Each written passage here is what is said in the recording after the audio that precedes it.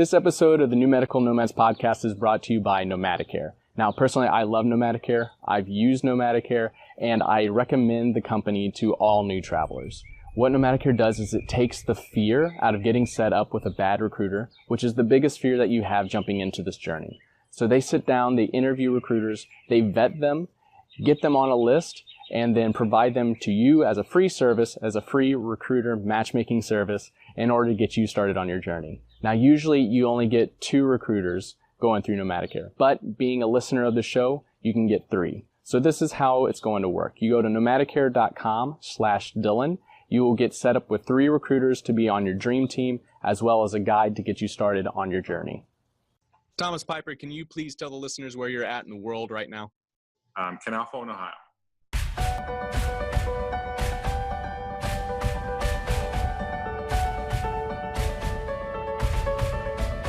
Hey Nomads, welcome to another episode of the New Medical Nomads podcast. I'm your host, Dr. Dylan Collier, and today I got a special guest with me, Mr. Thomas Piper, who is a nurse and runs Scrub Squad 1978.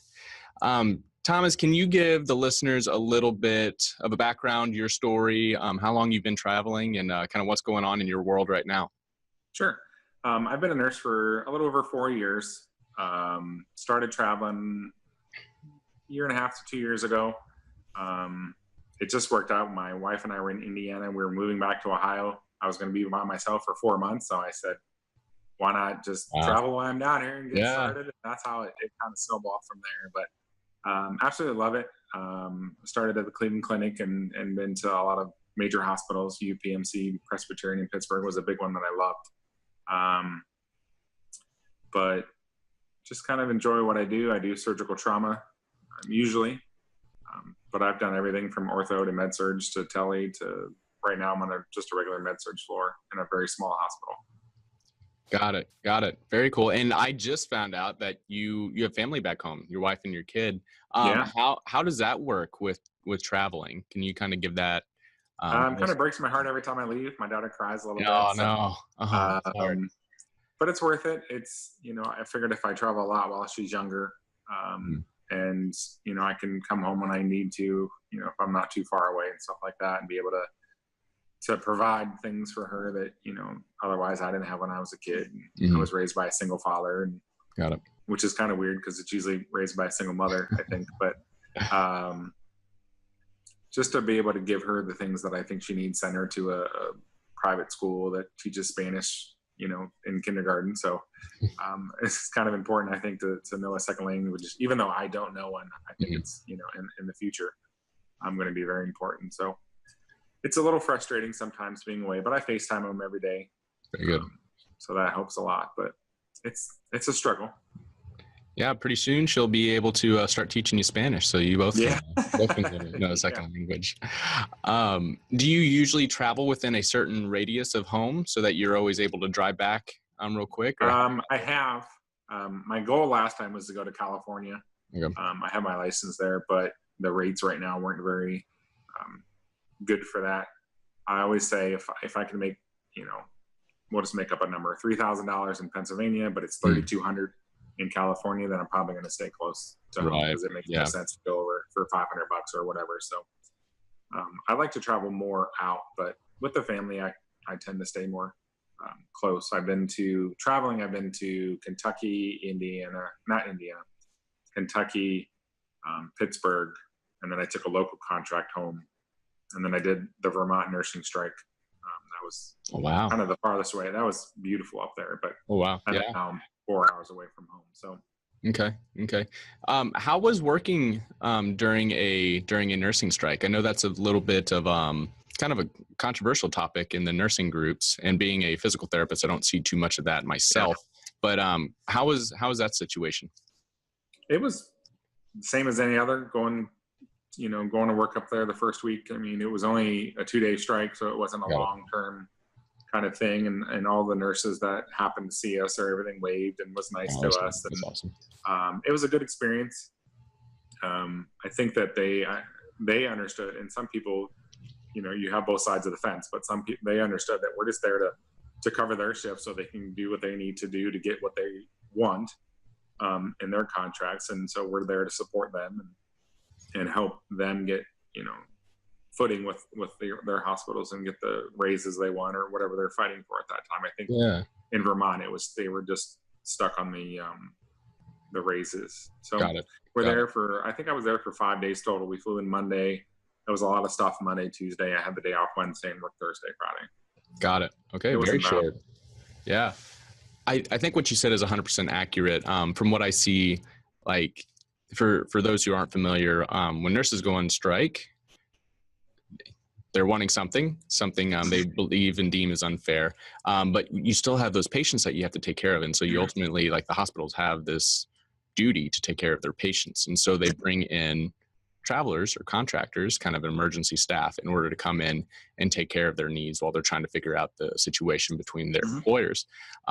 Originally, there was some heat between the employers and those that were replacing them temporarily, the traveler staff, just because they thought that, oh, you're not supporting us. Oh, you're trying to support the hospital. You're taking a side. Where really that's kind of hitting the hospital in the pocketbooks, first of all. And then second of all, they're still able to take care of those patients, which is our ultimate goal as healthcare providers. So I think it's really just a win-win on both sides. The travelers coming in, getting compensated. The hospitals are feeling kind of the stress on both ends. And that's really cool that when you arrived, there's a lot of support from those that were performing the strikes as well. Getting into surgical trauma, can you give the listeners an idea of what a typical day in surgical trauma might look like as a nurse? Sure. In Pittsburgh, when I was there, we did everything from gunshot wounds to people falling down the stairs, to stab victims, to car accidents. And then it also includes abdominal surgery. So that's all kind of lumped in together. Okay. Usually it's the patients on those type of floors. It's kind of like a souped up med surg floor is what I call it. Okay. They come out of the trauma ICU. So they're stable enough to go to a regular med surg floor, but we have the special training to do pin care. We do it all the time. So we have all the surgical drains, the pin cares, the chest tubes and all that stuff that are, not just a normal med surg floor. So we have all that extra, wound care dressings and stuff like that. So we're familiar with it. It's just, like I said, it's just a souped up med surg floor that gets all the people that, are shot or, we know how to handle that a little better than regular med surg. Yeah. Yeah. Very cool. Awesome. How many years do you think it would take, years experience, for a nurse to be in surgical trauma before they're able to start traveling? I recommend 2 years for anybody, no matter what their field is. A lot of people think that after a year, I didn't know what I was doing after a year. To be by myself and not have to ask questions all the time, to be a independent nurse that I feel like I can take my, X amount of patients and give them quality care and not worry about anything going wrong. And if it does go wrong, then I know how to handle it. But I always recommend, no matter what the field is, 2 years of experience. Got it. Very cool. When you're showing up that first day, and I know that you're in a kind of a different scenario, sounds like now, where you were at this big hospital and then now you're in a very, very small hospital.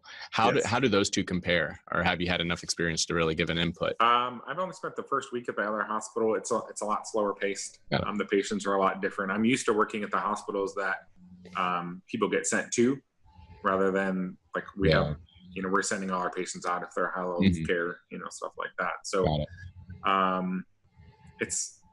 it's a lot faster paced in the bigger hospital, especially on the trauma floor. You get admissions and discharges all day long.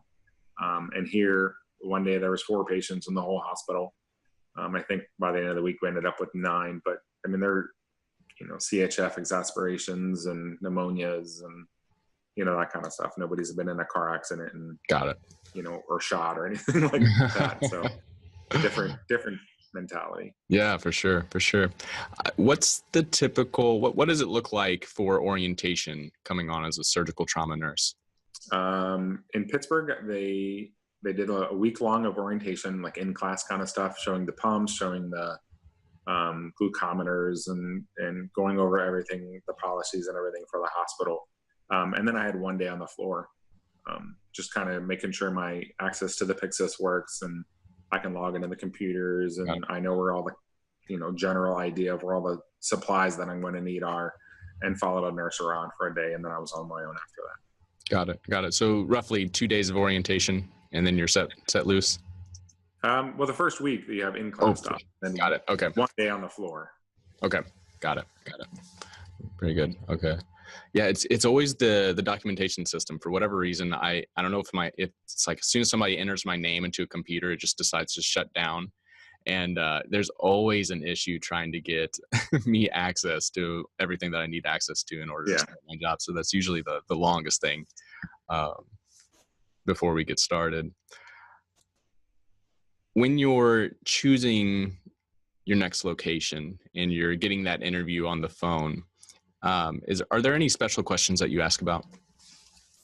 I have a list of questions on my website, actually, that you ask your recruiter, you ask the hospital. But as more of an experienced nurse now, I don't have to ask as many. I also ask patient ratios. Obviously, if it's day or night shift. This job actually was presented to me by my recruiter as a night shift position, but then when they called me, they had just had a nurse quit, so they needed somebody for days, which works better for me. I like days better. But if they do block scheduling is very important to me, because then it gives me opportunity if I need to go home for anything, I can go home. Got it. So those kind of questions, any days off, I always have to put that stuff in my contract. But just the type of patients they get, the type, and in this small hospital, because there's only 4 patients on that one day. Yeah, there are always going to be 2 nurses, or and there always is 2 nurses on that floor. But got it. Well, I'll be sure to include a link to those questions for the recruiter and for the interview in the show notes as well. So listeners, you can access that. Anything in particular that you asked the recruiters before you? I have a lot. It kind of started with Nomadicare. She had a list at TravCon of questions that she asked. And so I got to thinking, before I went to TravCon, I only knew of the one company that I worked for that somebody told me about. The valedictorian of my college told me about this recruiter at Medical Solutions. And she's really the reason I started traveling. But when I went to TravCon, I learned how many more companies there are out there. I had no idea. And then the questions that I should be asking, and things that are important to me, which again, I wrote a blog article about that, but you have to know what's important to you. Do you need day one insurance? Do you need, like I'm on my wife's insurance, so I don't need day one insurance. So what kind of things are important to me? If they can't explain to me what a tax home is, then they've not been educated by their company, and I'm not going to work for them. Yeah. It's just, and that, to me, that's the basis of travel nursing, is you have to know what a tax home is, and you have to duplicate your expenses. And if you can't explain that process to a new traveler, then somewhere there's a disconnect that you didn't get educated, or you forgot, or, if they just tell me, oh, that's where you file your taxes, well, then I'm not going to work with you, because you don't know what you're doing. But, I like that level of education, that knowledge from the recruiter about their company, about the business, and what they're doing. Yeah. For those that aren't aware, TravCon, or the Travelers Conference, is an annual conference for travelers, and you get to go, and there's so many vendors and so many different travel agencies there, and it's a little bit overwhelming, to be honest. But you get there and you're talking to people, and you're finding out all this information. They have talks about taxes, about tax homes, about questions to ask, about contract negotiations, like literally just everything you could think of. So it always happens at September. It's always in Las Vegas. So if you are interested in becoming a traveler, you're going to start. I went before I became a traveler. It's also just a really good event to network and find out more information and make more friends, so that when you're out on the West Coast, when you're out on the East Coast in Pennsylvania, Ohio, you have some contacts there you can meet up with. Certainly. And then also, that's about the tax home with recruiters. They're not tax professionals. So ultimately you need to give somebody, a tax professional, a phone call for your specific situation, but they should be able to give you, I'm not a tax professional, but these are the 3 rules, and go into that as well. I think that's really important, especially for a new traveler, to ask those questions. When you're showing up onto day one, surgical trauma, or maybe it's the first week, are there any red flags that you're keeping an eye out for, that maybe this might suggest that this isn't a good position for you?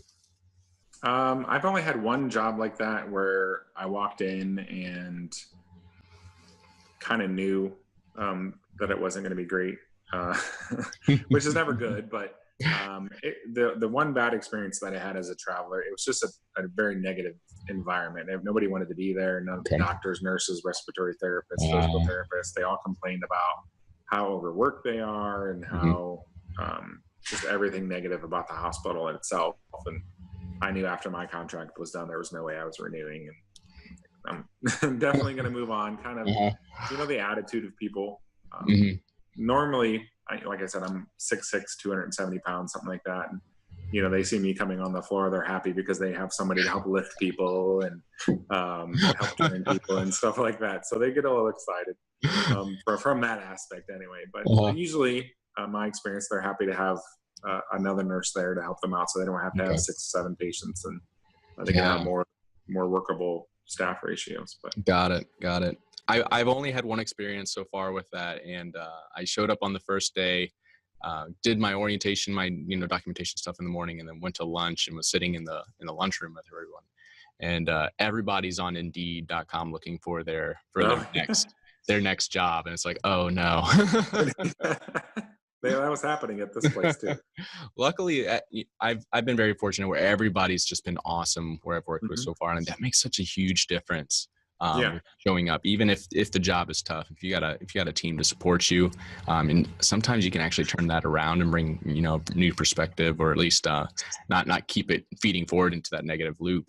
And it's just, it makes such a big difference when you show up and everybody's like willing to at least help you out and get through the day, versus this like vendetta against the company. What is something that you wish you would have known starting out that now 4 years later into this travel game? Initially, I would have known there was so many companies and so many options. Like I did my research after TravCon, and I don't have any problem. I love my company, Medical Solutions, that I work for, but I also have 3 or 4 recruiters. So I wish I'd have known. A lot of people get into the game and say, okay, there's one recruiter. This is who I'm going to work with. And then that's it. But they don't, most people recommend in this field anyway, to have 3 or 4 recruiters. So if you have a specific location, especially, that you can get to that location. And then you can also compare packages through each recruiter and each company and see, what they offer and that kind of thing. So kind of to be more diverse, initially starting out and getting all of your stuff done ahead of time with those companies, get all your, your references done, getting all that information in through all 4 companies, so you never have to do it again. And switching companies is a little difficult. You have to get new references and you have to give them all the information, and it's a little bit of a headache sometimes. But that is it. Filling out the skills checklist. If you're starting with a new company, there's a bit of paperwork that goes into it. But if you are bouncing, once you have your your dream team that you're wanting to work with, going back and forth between the jobs is relatively very easy. It's very front loaded with, okay, we need your licenses in, okay, we need all your medical information, your health history, and then just all these little extra tidbits that you have to go back and forth on as well. So if you have all your ducks in a row before you get started, like, you are ahead of the game. That's awesome. And I used I don't know if Laura told me about it, but I use an app called Dropbox. I have all my documentation just in there, so I can keep it updated. And if somebody needs something, I just give them access to it and send it on the way. I don't have to worry about the paper copy, and it's all done. So I don't know if Dropbox has a free option. I think they do, up to a certain amount of gigs, but you can also use Google Drive as well as the one that I use. And I think it's up to like 2 gigs, which is a lot of documentation. If you're putting any videos or anything on there, it's going to fill up really quick. But being a video vlogcast podcast, whatever the saying is, hybrid, I ended up having to pay for a bigger one. But you can store a lot of information on there and keep everything one spot. You hit the share a link button and you just send it out to the recruiters and they have it. I've done that on for my most updated resume or my most updated CV. Being able to it's not very aesthetic. It's just basically bullet points. But in those instances where they're like, okay, we have this job, I need just to submit you now. I can just send that out Sure. if it's a new company that I'm working with. And so that's been very, very helpful as well. Do you have a favorite travel story so far? I can't think of anything off the top of my head. TravCon to me is the favorite part of traveling that I've had so far, the experience. My wife wasn't happy. So I went to TravCon and I gambled, right? So I got on the,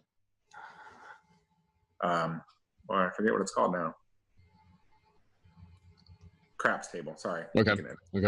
I got on the craps table and I've been playing. And I have a buddy of mine that is not in nursing who comes with me and was, we split the hotel and he does whatever he does during the day while I'm at the conference, and then we go out at night and have fun. So we go to the crap table downtown at the Golden Nugget, I think, or something like that. And, I went to Pittsburgh and was practicing how to play craps because I'd never been to Vegas before. So he's getting online and doing his own thing about how to play craps. And so I'm betting and I'm winning, and he keeps betting against me. So in craps, you can play like, I'm not going to roll a 7 or an 11. And he's betting that I will. So I'll crap out and he gets money. So he's betting against me as I'm rolling these dice. And I won enough money to buy myself a new set of irons. And I didn't tell my wife about them. So she's like, where did you get these clubs from? I said, I won money in Vegas. If I would have told her, I would have got them other clubs. So that's one of my favorite things that's happened to me. Oh man. It's one of those ask for forgiveness than ask for permission kind of things, Oh man, that's like two strikes in one. You're a brave man. First of all, I gambled. Second of all, I spent money on. Well, she was okay with me gambling because I took cash, so that was okay. Oh, okay. And then my buddy, he went and his wife got mad at him because he bet against me and lost like a couple $100, and I'm like, see. So it was fun. It was good times, and because I'm tall, so I had to buy taller clubs and customize one. So yeah because I looked like a little trying to use kid clubs when I was using the clubs that I had. So. Yeah, looking more like a putt game than a it was full drive. Bad. Yeah, gosh. How is the Travelers Conference? There's a lot of different events going on, a lot of different social meetups and happy hours. How is that as being on the nursing side? It'll be a little more different this year. Last year, it was my first time. I just wanted to go and I wanted to meet all the different booths and all the different people and kind of interact with them and get the free stuff, that they give out. Go to a couple of educational things. And I volunteered last year. And I'm volunteering again this year. I'll be the guy passing out the T-shirts at the desk when you check. All right. So everybody will get to meet me. Last year, I kind of directed traffic. But this year, we're actually 4 groups, Scrub Squad, Wanderlust, Adventures in RV Traveling, and Gypsy Soul Travel. We're all collaborating together and doing our own meetup in Vegas, which should be fun. But that's how I kind of got started. I went to the newbie meet and greet because I didn't know anybody, and so I went to a meet and greet and then met some people there. And then we kind of went bar hopping together, and we went to I tried to go zip lining with Atlas last year, and just kind of you find stuff out on Facebook, you find out what they're doing, and you kind of schedule your stuff. This year, Scrub Squad is hosting a brewery tour. So we're going to do I think 4 or 5 breweries in Vegas and on Friday. So that'll be fun. And very cool. There's always stuff. There's the unofficial TravCon page that they list all the unofficial meet and greets and events and wine tasting and golfing, and Atlas always runs a huge boat on the lake, and I'm going to do that this year, and lots of fun stuff to do. Even if you don't travel yet and you just want to come and have a good time and learn about travel nursing, it's where to be. Yeah, and there's CEUs and credits and stuff too. So there's just so many moving parts. I am just so impressed with the committee. If you are a listener, this episode is in 2018. So everything that Thomas just mentioned, I'll be able to put down in the show notes. And so if you're interested in any of those events, you should be able to find it there and click on the link and take it to where you need to go. What has been a surprising benefit to travel? And what has been a surprising challenge? The challenge obviously is leaving my family. I have a daughter who's 5.5 years old. She cries a little bit when I leave all the time, but I just tell her I'm bringing her a surprise back, and she's usually okay with it. So that's a challenge. Obviously making more money than I do as a staff nurse is very beneficial, but just meeting people from all over the country. I never really thought about when I'm traveling out there that there are going to be other people coming in. Like when I was in Pittsburgh, there was a lady from Buffalo and Cleveland, and I mean, not too far away, but you just meet all kind of great people that have the same mindset that you do, that they want to be there to take care of the patients and put them first. And we're just making a couple sacrifices, from our families and stuff to be able to make more money and help in critical access hospitals like I'm in right now. So got it. When you do call the family, what app do you use? I just use FaceTime. FaceTime. Okay. Mm-hmm. So iPhone. I know Facebook's making a pretty big comeback with kind of their own version of FaceTime, and there's a lot of like fun filters and stuff that you can try.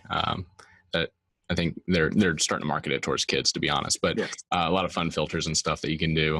So it might be. It's all about the filters. Maybe I have to check. Stars and glitters and stuff. It's awesome. And so you're having your own event this year at TravCon. That's awesome. Can you talk a little bit about Scrub Squad 1978? Sure.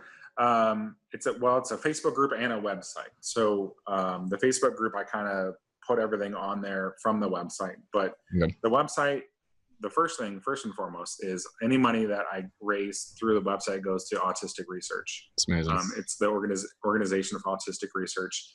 And the website started because on Facebook, I always saw, I'm in Pennsylvania. What is there to do? I'm in Pittsburgh. What is there to do? So I decided that I would come up and I have all 50 states listed on there. There's one that isn't listed by name, but I think only an Ohio person would get the joke. But I have the state up north listed as the state up north. Because Ohio, Michigan. Yeah, that's what we don't say that. Yeah, it's the state up north. But it has a list of 10 breweries, at least 10 breweries, 10 wineries, and 10 natural attractions in each state that people can go to all in one location to make it easier for them to figure out, hey, I'm in Pittsburgh. What is there to do? Obviously they have the casino and they have the man-made things that everybody sees. But I kind of want to do natural attractions because I think a lot of people don't get out as much as they need to. So I have that listed on there, and I have the blog, and I have I'm collaborating with some other people like Patty Hingst at Adventures in Travel Nursing, or RV Travel Nursing, because I don't know anything about travel nursing. So she's going to run the RV travel page. Very cool. And then Patricia Ann Carter is going to do like the vacation page because she runs a travel agency, like a travel agency, not a travel nurse agency. So she's going to run that page, and there's 3 other people on there that are all going to collaborate together and very cool push this forward. And because I can't do it all myself, I don't have the time, and I don't have the resources or the knowledge. There's things I don't know. Yeah. So that's kind of how I got started, and then obviously there's a Scrub Squad 1978 Facebook page that I have the agencies on there. I have a list of agencies, but they don't have profiles yet. And then I do a free weekly recruiter highlight. So any company that I have their profile for, they can submit a recruiter, and it's free to submit your profile, your recruiter, and then they can be like the recruiter highlight of the week. Because I think recruiters get a bad rap. They don't get, I mean, they are kind of like salespeople, but they don't get that attention. Like, everybody wants to try to earn money from them or try to badmouth them on Facebook, which I absolutely hate badmouthing anybody on Facebook. Right. And so that was kind of my way to get back to the recruiters that do, the job that we need them to do. So. Yeah, we need them. Recruiters, we need you. 100%. Very cool. Very cool. And I've seen some of your posts as well, and your pictures are gorgeous. I'm like staring at these like ones in Vermont. I'm like, oh my gosh, this is awesome. Those ones I actually took. Yeah, you? Oh my gosh. Okay, cool. Because I was there. Yeah. Yeah. Very awesome. Awesome. Cool. Where's the 1978 come in? That's the year of the first travel nurse. Okay. New Orleans, Louisiana. So I decided to do that. Got it. Very cool. Very cool.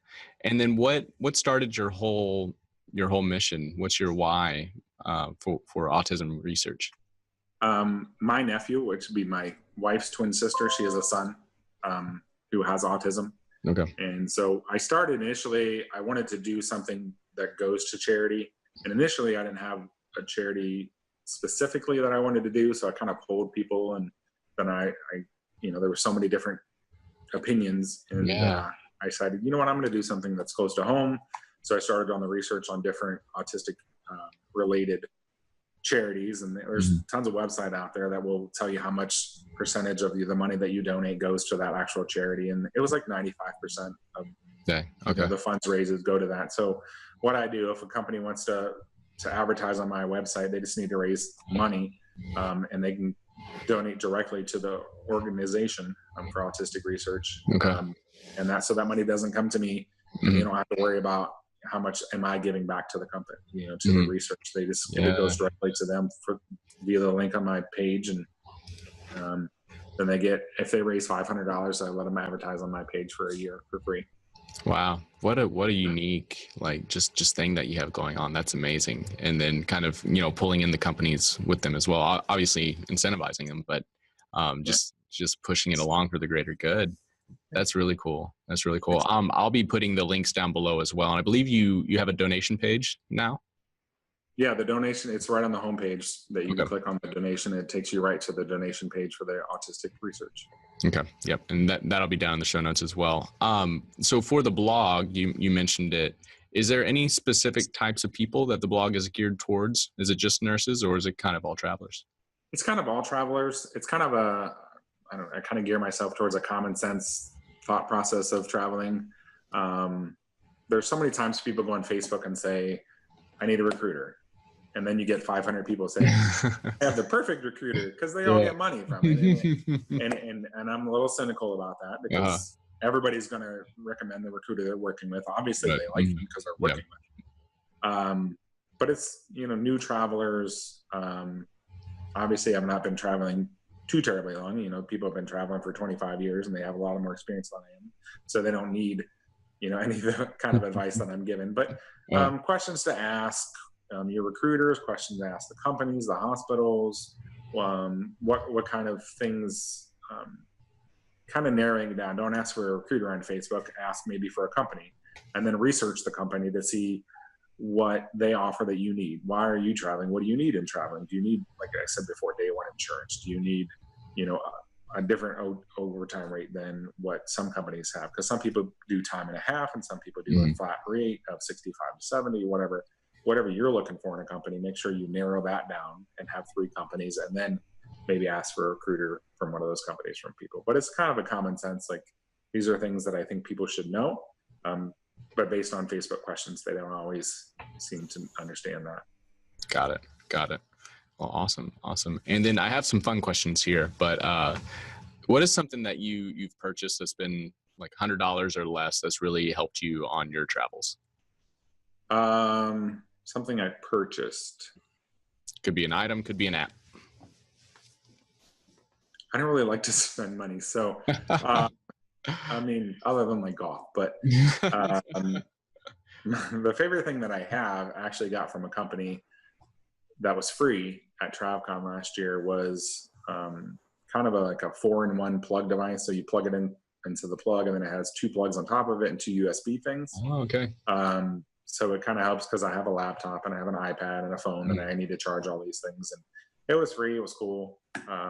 But traveling, I don't really take much with me. I take my laptop because I run, to do the website and stuff like that. Yeah. But I don't really buy.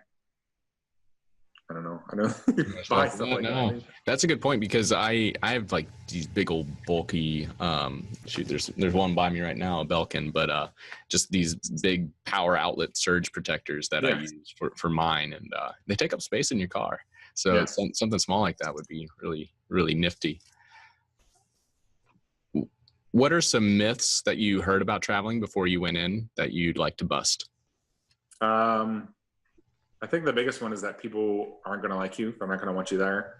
That they're going to treat you bad, or they're going to, because a lot of people say, well, travelers make so much money, and like lots of money. And I'm like, no, not always. But like the fact that people are going to treat you bad because you make more money doing the same job they do. But it's a lot of sacrifice. You have to be away from home. You have to be on the road. You have to live out of a suitcase, or, that kind of stuff. And But in my experience, everybody treats you great because they're happy to have you there. You're there to help them not have 6 patients. So maybe they have 5 or 4 patients now that you're there. And, that was one of the biggest things. I was worried that people were going to like, who's this guy coming in? And, but I'm a pretty gregarious person. So I think I kind of fit in and talk to people, and I'm nice to everybody. So, that aspect of it, you're not going to get rich travel nursing. Yep. That's what people think, that you're going to make all this tons and tons of money. And, that's not the case. You get paid more than you do, but then your housing comes out of it. Because I never take the housing from the companies, because usually you can benefit more from not doing that. But that's the 2 big things. People are going to treat you bad, and that you're going to get rich off of travel nursing. And it's just not true, either one. Got it. It's definitely an incentive, but yeah, you're right. You're not gonna rake in the money doing this travel thing. But what are some books, podcasts, or personalities that you follow? Could be travel related, could be something else. The books, if you're a new traveler, Kay Eppie Shane does a real good travel nurse newbie group, and she writes her own book for new for travel or something like that. That's pretty good. I like I'm a nerd, so I like all of the Harry Potters and Lord of the Rings. There you go. Percy Jackson and all of that, like mythical creature kind of stuff. And I like series of books. Like I don't like to read one book and then never get to that subject again. I like when they have 7 books on, you get to read them all. And I let people on my page, post if they have any kind of travel related blogs or information. So the one company that's really taking advantage of that is Atlas. They're very big on social media, but I try to find blogs from other companies and put them on there, so it's not all just one company. Right. But if it's travel related, you're more than welcome to put it on there. I'm not going to charge you to put something on there if it benefits everybody. So yeah, absolutely. Value first. That's awesome. Yeah. What have you found out your Hogwarts house yet? Gryffindor, obviously. Gryffindor. I'm a Slytherin. This is going to be an issue. It's okay. It's an issue, Thomas. Right? They say that 2 of the greatest headmasters at Hogwarts were right. Oh, that's funny. What would you tell a nurse who's on the fence of doing this whole travel thing? Figure out why you want to travel. Figure out if you can afford to, because you don't get paid for the first week, which is not a big deal. But there's costs to get started. You have to sometimes put a deposit down on an apartment if you're getting a short-term apartment. If you're just in it for the money or you're in it for traveling, figure out why you want to travel first, and then base your options on that. Like if you just want to do local travel and make more money doing local contracts, stuff like that, figure out your why, because that's a big thing of it. If you're going to make money, then and you don't care about location, then go figure that out. Go where you're going to make the most money. And if there's a specific location that you want, some companies do West Coast contracts only. So figure out the reasoning behind that, and know that travel nursing or travel anything is not for everybody. You could get into it and you could absolutely hate it. And, sometimes, in my situation, being away from my family, sometimes people can't handle that or struggle with that. So it's not like, let's do it. If you actually hate your job, what do you have to lose? Do what you love, do what you makes you happy, and figure that out, because at the end of the day, you have to go home. And if you're miserable at your job, the grass sometimes is greener on the other side, as they say. Yeah. So. I love the 90-year-old mindset. So when you're laying down on your couch and you're talking to your grandkids and they ask you like, what would you have done differently? Is it going to be that, oh, I wish I would have stayed at that job that I absolutely couldn't handle or couldn't take, or is it, I'm really glad that I did that travel stuff.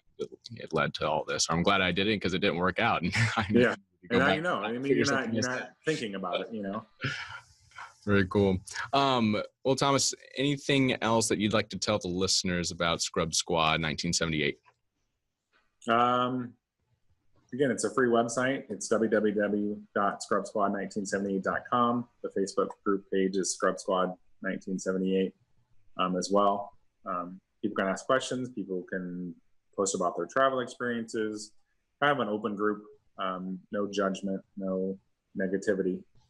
That's the only thing that's my only rule, is don't post anything negative about people or bashing recruiters or bashing companies. And it's just a collaboration of people that want to see travel nursing get better.